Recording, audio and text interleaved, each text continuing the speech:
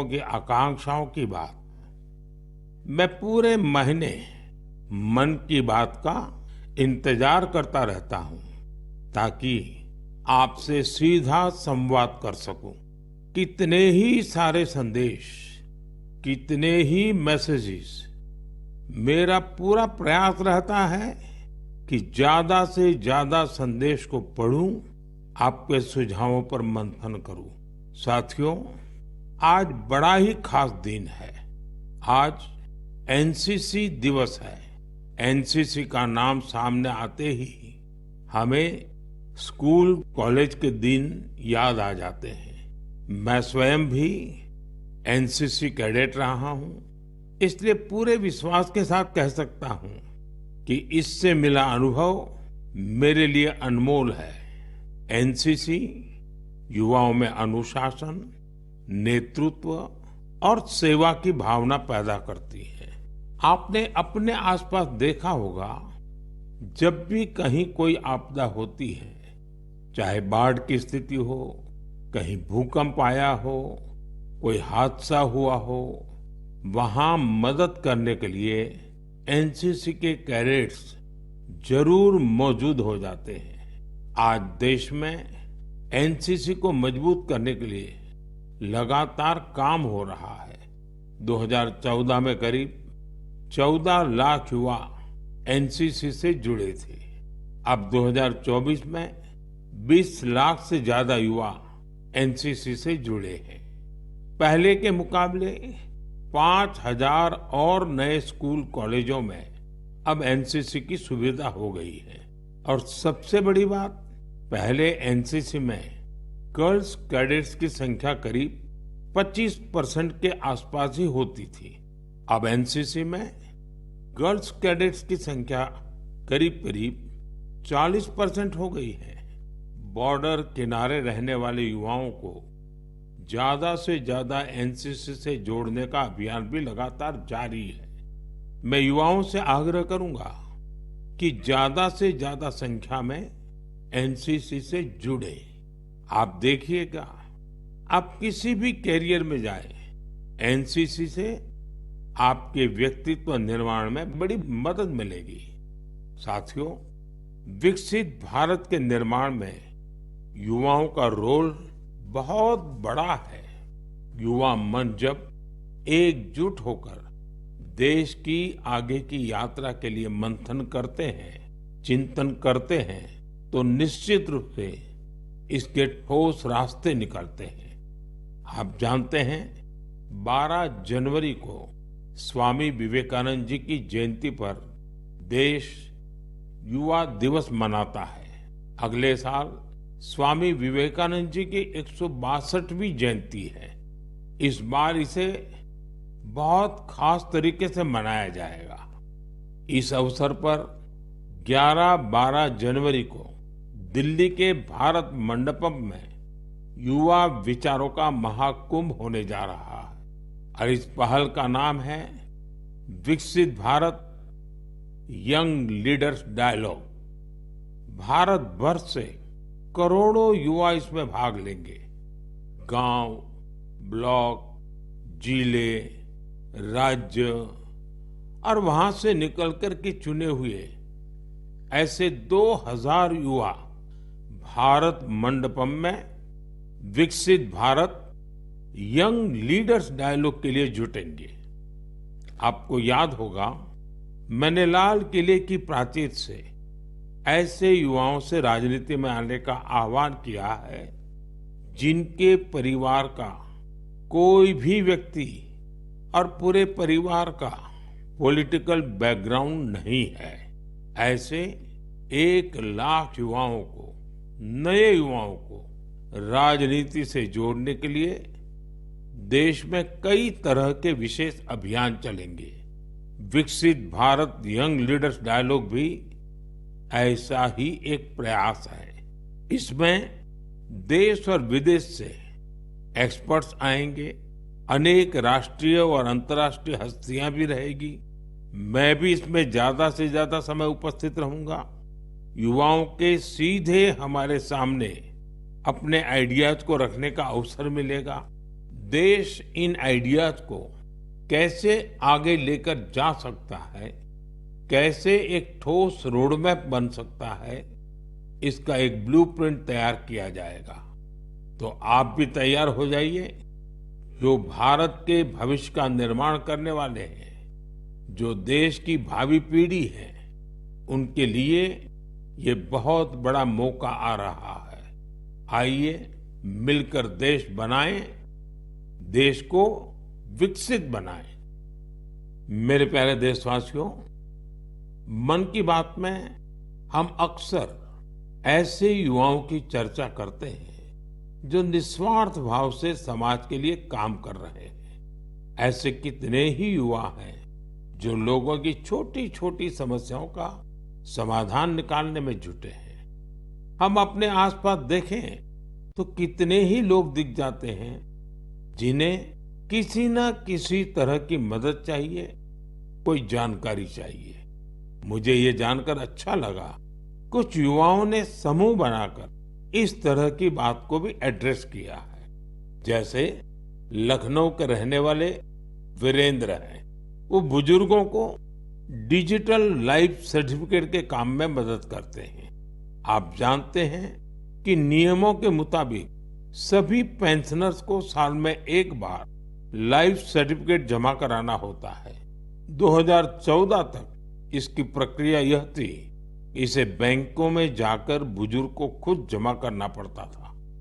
आप कल्पना कर सकते हैं कि इससे हमारे बुजुर्गों को कितनी असुविधा होती थी। अब यह व्यवस्था बदल चुकी है।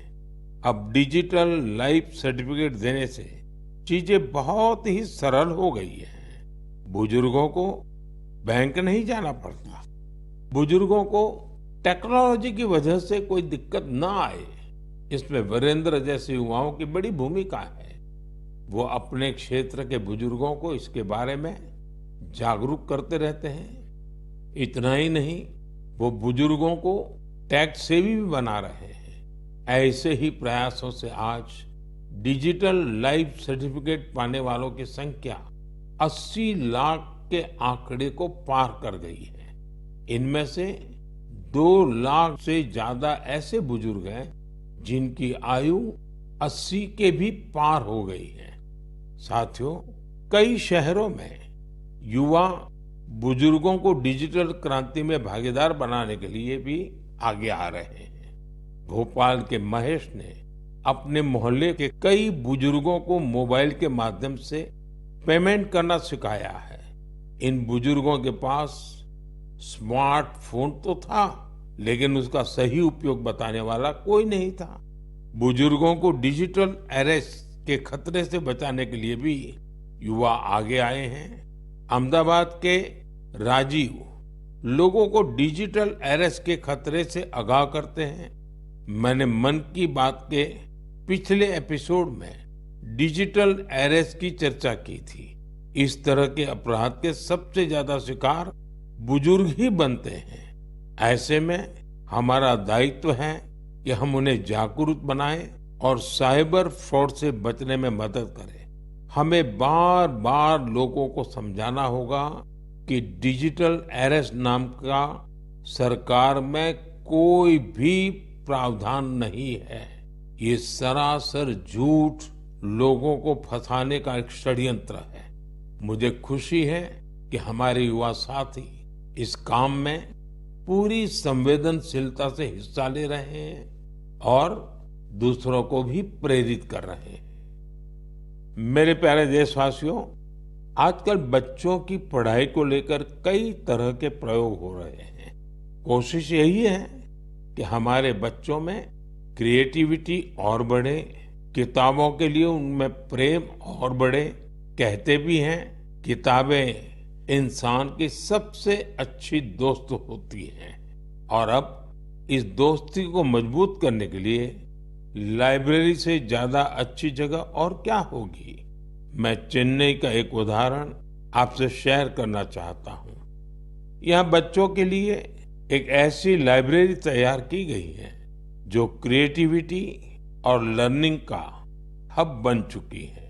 इसे प्रकृत अरिवगम के नाम से जाना जाता है।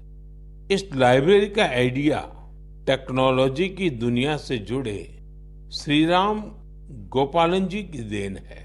विदेश में अपने काम के दौरान वे लेटेस्ट टेक्नोलॉजी की दुनिया से जुड़े रहे, लेकिन वो बच्चों में पढ़ने और सीखने की आदत विकसित करने के बारे में भी सोचते रहे। भारत लौटकर उन्होंने प्रकृत अरिवगम को तैयार किया। इसमें 3000 से अधिक किताबें हैं, जिन्हें पढ़ने के लिए बच्चों में होड़ लगी रहती है। किताबों के अलावा इस लाइब्रेरी में होने वाली कई तरह की एक्टिविटीज भी बच्चों को लुभाती है। स्टोरी टेलिंग सेशन हो, आर्ट वर्कशॉप्स हो, memory training classes, robotics lesson या फिर पब्लिक स्पीकिंग, क्या हर किसी के लिए कुछ न कुछ जरूर है जो उन्हें पसंद आता है। साथियों, हैदराबाद में फूड फॉर थॉट फाउंडेशन ने भी कई शानदार लाइब्रेरीज बनाई है। इनका भी प्रयास यही है कि बच्चों को ज्यादा से ज्यादा विषयों पर ठोस जानकारी के साथ पढ़ने के लिए किताबें मिले। बिहार में गोपालगंज के प्रयोग लाइब्रेरी की चर्चा तो आसपास के कई शहरों में होने लगी है। इस लाइब्रेरी से करीब 12 गांवों के युवाओं को किताबें पढ़ने की सुविधा मिलने लगी है। साथ ही ये लाइब्रेरी पढ़ाई में मदद करने वाली दूसरी जरूरी सुविधाएं भी उपलब्ध करा रही है। कुछ लाइब्रेरीज तो ऐसी हैं जो प्रतियोगी परीक्षाओं की तैयारी में स्टूडेंट्स के बहुत काम आ रही है। ये देखना वाकई बहुत सुखद है कि समाज को सशक्त बनाने में आज लाइब्रेरी का बेहतरीन उपयोग हो रहा है। आप भी किताबों से दोस्ती बढ़ाइए और देखिए कैसे आपके जीवन में बदलाव आता है। मेरे प्यारे देशवासियों, परसों रात ही मैं दक्षिण अमेरिका के देश गयाना से लौटा हूँ। भारत से हजारों किलोमीटर दूर गयाना में भी एक मिनी भारत बसता है। आज से लगभग 180 वर्ष पहले गयाना में भारत के लोगों को खेतों में मजदूरी के लिए, दूसरे कामों के लिए ले जाया गया था। आज गयाना में भारतीय मूल के लोग राजनीति, व्यापार, शिक्षा और संस्कृति के हर क्षेत्र में गयाना का नेतृत्व कर रहे हैं। गयाना के राष्ट्रपति डॉक्टर इरफान अली भी भारतीय मूल के हैं, जो अपनी भारतीय विरासत पर गर्व करते हैं। जब मैं गयाना में था, तभी मेरे मन में एक विचार आया था, जो मैं मन की बात में आपसे शेयर कर रहा हूँ। गयाना की तरह ही दुनिया के दर्जनों देशों में लाखों की संख्या में भारतीय हैं। दशकों पहले की, 200-300 साल पहले की उनके पूर्वजों की अपनी कहानियां हैं। क्या आप ऐसी कहानियों को खोज सकते हैं कि किस तरह भारतीय प्रवासियों ने अलग अलग देशों में अपनी पहचान बनाई, कैसे उन्होंने वहां की आजादी की लड़ाई के अंदर हिस्सा लिया, कैसे उन्होंने अपनी भारतीय विरासत को जीवित रखा। मैं चाहता हूं कि आप ऐसी सच्ची कहानियों को खोजें और मेरे साथ शेयर करें। आप इन कहानियों को नमो ऐप पर या माय गॉव पर #इंडियन डायस्पोरा स्टोरीज के साथ भी शेयर कर सकते हैं। साथियों, आपको ओमान में चल रहा एक एक्स्ट्रा ऑर्डिनरी प्रोजेक्ट भी बहुत दिलचस्प लगेगा। अनेकों भारतीय परिवार कई शताब्दियों से ओमान में रह रहे हैं। इनमें से ज्यादातर गुजरात के कच्छ से जाकर बसे हैं। इन लोगों ने व्यापार के महत्वपूर्ण लिंक तैयार किए थे। आज भी उनके पास ओमानी नागरिकता है, लेकिन भारतीयता उनकी रग रग में बसी है। ओमान में भारतीय दूतावास और नेशनल आर्काइव्स ऑफ इंडिया के सहयोग से एक टीम ने इन परिवारों की हिस्ट्री को प्रिजर्व करने का काम शुरू किया है।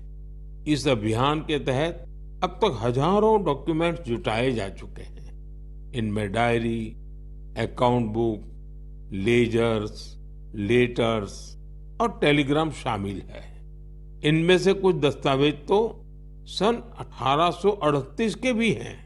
ये दस्तावेज भावनाओं से भरे हुए हैं। बरसों पहले जब वो ओमान पहुंचे तो उन्होंने किस प्रकार का जीवन जिया, किस तरह के सुख दुख का सामना किया और ओमान के लोगों के साथ उनके संबंध कैसे आगे बढ़े, ये सब कुछ इन दस्तावेजों का हिस्सा है।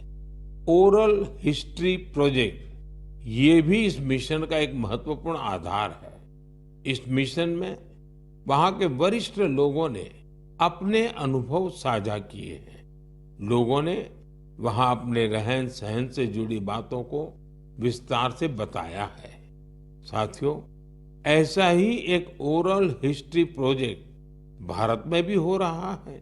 इस प्रोजेक्ट के तहत इतिहास प्रेमी देश के विभाजन के कालखंड में पीड़ितों के अनुभवों का संग्रह कर रहे हैं।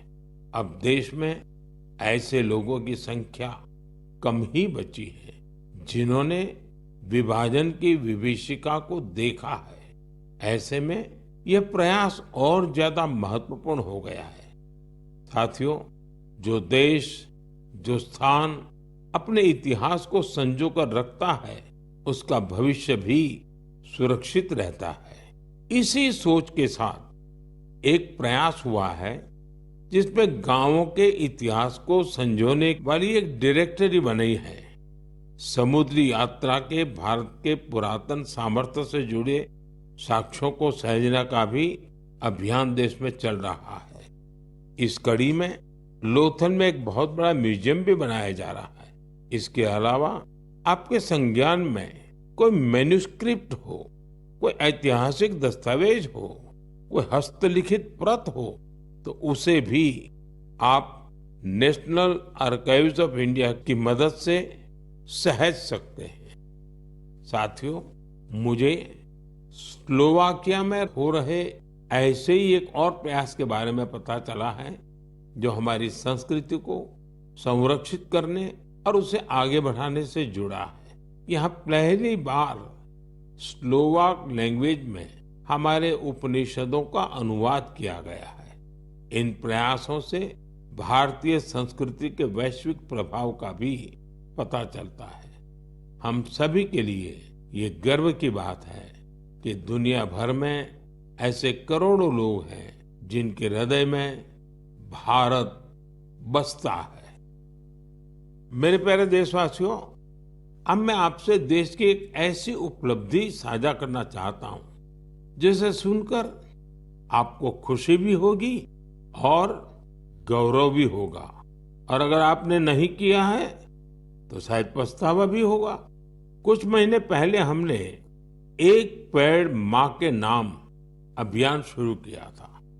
इस अभियान में देश भर के लोगों ने बहुत उत्साह से हिस्सा लिया। मुझे ये बताते हुए बहुत खुशी हो रही है कि इस अभियान ने 100 करोड़ पेड़ लगाने का अहम पड़ाव पार कर लिया है। 100 करोड़ पेड़, वो भी सिर्फ 5 महीनों में। ये हमारे देशवासियों के अथक प्रयासों से ही संभव हुआ है। इससे जुड़ी एक और बात जानकर आपको गर्व होगा। एक पेड़ मां के नाम अभियान अब दुनिया के दूसरे देशों में भी फैल रहा है। जब मैं गयाना में था तो वहां भी इस अभियान का साक्षी बना। वहां मेरे साथ गयाना के राष्ट्रपति डॉक्टर इरफान अली, उनकी पत्नी की माताजी और परिवार के बाकी सदस्य एक पेड़ मां के नाम अभियान में शामिल हुए। साथियों, देश के अलग अलग हिस्सों में ये अभियान लगातार चल रहा है। मध्य प्रदेश के इंदौर में एक पेड़ मां के नाम अभियान के तहत पेड़ लगाने का रिकॉर्ड बना है। यहाँ 24 घंटे में 12 लाख से ज्यादा पेड़ लगाए गए। इस अभियान की वजह से इंदौर की रेवती हिल्स के बंजर इलाके अब ग्रीन जोन में बदल जाएंगे। राजस्थान के जैसलमेर में इस अभियान के द्वारा एक अनोखा रिकॉर्ड बना। यहाँ महिलाओं की एक टीम ने 1 घंटे में 25,000 पेड़ लगाए। माताओं ने माँ के नाम पेड़ लगाया और दूसरों को भी प्रेरित किया। यहाँ एक ही जगह पर 5,000 से ज्यादा लोगों ने मिलकर पेड़ लगाए। ये भी अपने आप में एक रिकॉर्ड है। एक पेड़ माँ के नाम अभियान के तहत कई सामाजिक संस्थाएं स्थानीय जरूरतों के हिसाब से पेड़ लगा रही है। उनका प्रयास है कि जहां पेड़ लगाए जाएं, वहां पर्यावरण के अनुकूल पूरा इकोसिस्टम डेवलप हो। इसलिए ये संस्थाएं कई औषधीय पौधे लगा रही हैं, तो कहीं चिड़ियों का बसेरा बनाने के लिए पेड़ लगा रही है। बिहार में जीविका सेल्फ हेल्प ग्रुप की महिलाओं ने 75 लाख पेड़ लगाने का अभियान चला रही है। इन महिलाओं का फोकस फल वाले पेड़ों पर है, जिससे आने वाले समय में आय भी की जा सके। साथियों, इस अभियान से जुड़कर कोई भी व्यक्ति अपनी माँ के नाम पर पेड़ लगा सकता है। अगर माँ साथ है तो उन्हें साथ लेकर आप पेड़ लगा सकते हैं, नहीं तो उनकी तस्वीर साथ में लेकर आप इस अभियान का हिस्सा बन सकते हैं। पेड़ के साथ आप अपनी सेल्फी भी mygov.in पर पोस्ट कर सकते हैं। माँ हम सब के लिए जो करती हैं, हम उनका ऋण कभी नहीं चुका सकते, लेकिन एक पेड़ माँ के नाम लगाकर हम उनकी उपस्थिति को हमेशा के लिए जीवंत बना सकते हैं। मेरे प्यारे देशवासियों, आप सभी लोगों ने बचपन में गोरैया या स्पैरो को अपने घर की छत पर, पेड़ों पर चहकते हुए जरूर देखा होगा।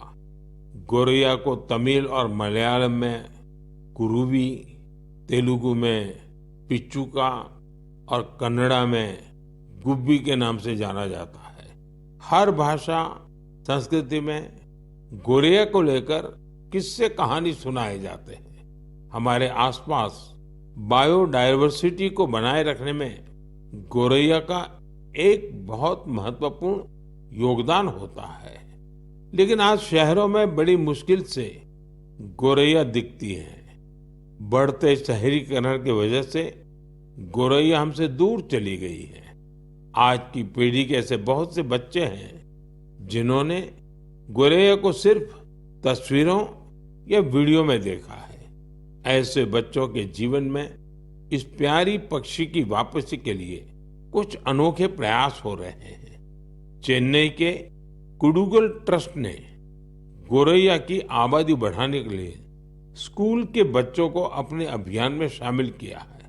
संस्थान के लोग स्कूलों में जाकर बच्चों को बताते हैं कि गोरैया रोजमर्रा के जीवन में कितनी महत्वपूर्ण है।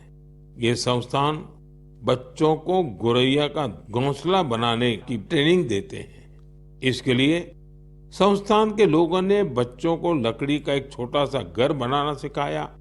इसमें गोरैया को रहने खाने का इंतजाम किया। ये ऐसे घर होते हैं जिन्हें किसी भी इमारत की बाहरी दीवार पर या पेड़ पर लगाया जा सकता है। बच्चों ने इस अभियान में उत्साह के साथ हिस्सा लिया और गोरैया के लिए बड़ी संख्या में घोंसला बनाना शुरू कर दिया। पिछले 4 वर्षों में संस्था ने गोरैया के लिए ऐसे 10,000 घोंसले तैयार किए हैं। कुडुगल ट्रस्ट की इस पहल से आसपास के इलाकों में गोरैया की आबादी बढ़नी शुरू हो गई है। आप भी अपने आसपास ऐसे प्रयास करेंगे तो निश्चित तौर पर गोरैया फिर से हमारे जीवन का हिस्सा बन जाएगी। साथियों, कर्नाटका के मैसूरू की एक संस्था ने बच्चों के लिए अर्ली बर्ड नाम का अभियान शुरू किया है। ये संस्था बच्चों को पक्षियों के बारे में बताने के लिए खास तरह की लाइब्रेरी चलाती है। इतना ही नहीं, बच्चों में प्रकृति के प्रति जिम्मेदारी का भाव पैदा करने के लिए नेचर एजुकेशन किट तैयार किया है। इस किट में बच्चों के लिए story book, games, activity seats और जिगसॉ पजल्स हैं। ये संस्था शहर के बच्चों को गांवों में लेकर जाती है और उन्हें पक्षियों के बारे में बताती है। इस संस्था के प्रयासों की वजह से बच्चे पक्षियों की अनेक प्रजातियों को पहचानने लगे हैं। मन की बात के श्रोता भी इस तरह के प्रयास से बच्चों में अपने आसपास को देखने, समझने का अलग नजरिया विकसित कर सकते हैं। मेरे प्यारे देशवासियों, आपने देखा होगा, जैसे ही कोई कहता है सरकारी दफ्तर, तो आपके मन में फाइलों के ढेर की तस्वीर बन जाती है। आपने फिल्मों में भी ऐसा ही कुछ देखा होगा। सरकारी दफ्तरों में इन फाइलों के ढेर पर कितने ही मजाक बनते रहते हैं, कितनी ही कहानियां लिखी जा चुकी है। बरसों बरस तक ये फाइलें ऑफिस में पड़े पड़े धूल से भर जाती थी, वहां गंदगी होने लगती थी। ऐसी दशकों पुरानी फाइलों और स्क्रैप को हटाने के लिए एक विशेष स्वच्छता अभियान चलाया गया। आपको ये जानकर खुशी होगी कि सरकारी विभागों में इस अभियान के अद्भुत परिणाम सामने आए हैं। साफ सफाई से दफ्तरों में काफी जगह खाली हो गई है। इससे दफ्तर में काम करने वालों में एक ओनरशिप का भाव भी आया है। अपने काम करने की जगह को स्वच्छ रखने की गंभीरता भी उनमें आई है। साथियों, आपने अक्सर बड़े बुजुर्गों को कहते सुना होगा कि जहां स्वच्छता होती है वहां लक्ष्मी जी का वास होता है। हमारे यहाँ कचरे से कंचन का विचार बहुत पुराना है। देश के कई हिस्सों में युवा बेकार समझे जाने वाली चीजों को लेकर कचरे से कंचन बना रहे हैं, तरह तरह के इनोवेशन कर रहे हैं। इससे वो पैसे कमा रहे हैं, रोजगार के साधन विकसित कर रहे हैं। ये युवा अपने प्रयासों से सस्टेनेबल लाइफस्टाइल को बड़ी बढ़ावा दे रहे हैं। मुंबई की दो बेटियां का ये प्रयास वाकई बहुत प्रेरक है। अक्षरा और प्रकृति नाम की ये दो बेटियां कतरन से फैशन के सामान बना रही है। आप भी जानते हैं, कपड़ों की कटाई सिलाई के दौरान जो कतरन निकलती है, इसे बेकार समझकर फेंक दिया जाता है। अक्षरा और प्रकृति की टीम उन्हीं कपड़ों के कचरे को फैशन प्रोडक्ट में बदलती है।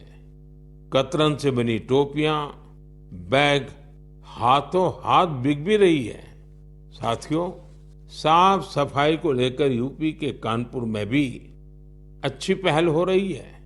यहाँ कुछ लोग रोज सुबह मॉर्निंग वॉक पर निकलते हैं और गंगा के घाटों पर फैले प्लास्टिक और अन्य कचरे को उठा लेते हैं। इस समूह को कानपुर प्लॉगर्स ग्रुप नाम दिया गया है। इस मुहिम की शुरुआत कुछ दोस्तों ने मिलकर की थी। धीरे धीरे ये जन भागीदारी का बड़ा अभियान बन गया।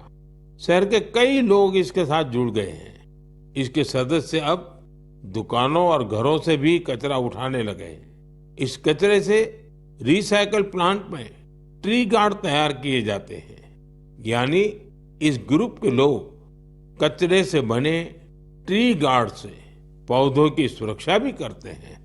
साथियों, छोटे छोटे प्रयासों से कैसी बड़ी सफलता मिलती है, इसका एक उदाहरण असम की इतिशा भी है। इतिशा की पढ़ाई लिखाई दिल्ली और पुणे में हुई है। इतिशा कॉरपोरेट दुनिया की चमक दमक छोड़कर अरुणाचल की सांगती घाटी को साफ बनाने में जुटी है।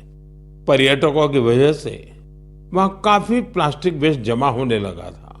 वहां की नदी जो कभी साफ थी, वो प्लास्टिक वेस्ट की वजह से प्रदूषित हो गई थी। इसे साफ करने के लिए इतिशा स्थानीय लोगों के साथ मिलकर काम कर रही है। उनके ग्रुप के लोग वहां आने वाले टूरिस्ट को जागरूक करते हैं और प्लास्टिक वेस्ट को कलेक्ट करने के लिए पूरी घाटी में बांस से बने कूड़ेदान लगाते हैं। साथियों, ऐसे प्रयासों से भारत के स्वच्छता अभियान को गति मिलती है। ये निरंतर चलते रहने वाला अभियान है। आपके आसपास भी ऐसा जरूर होता ही होगा। आप मुझे ऐसे प्रयासों के बारे में जरूर लिखते रहिए। साथियों, मन की बात के इस एपिसोड में फिलहाल इतना ही। मुझे तो पूरे महीने आपकी प्रतिक्रियाओं, पत्रों और सुझावों का खूब इंतजार रहता है। हर महीने आने वाली आपके संदेश मुझे और बेहतर करने की प्रेरणा देते हैं। अगले महीने हम फिर मिलेंगे मन की बात के एक और अंक में, देश और देशवासियों की नई उपलब्धियों के साथ। तब तक के लिए आप सभी देशवासियों को मेरी ढेर सारी शुभकामनाएं। बहुत बहुत धन्यवाद।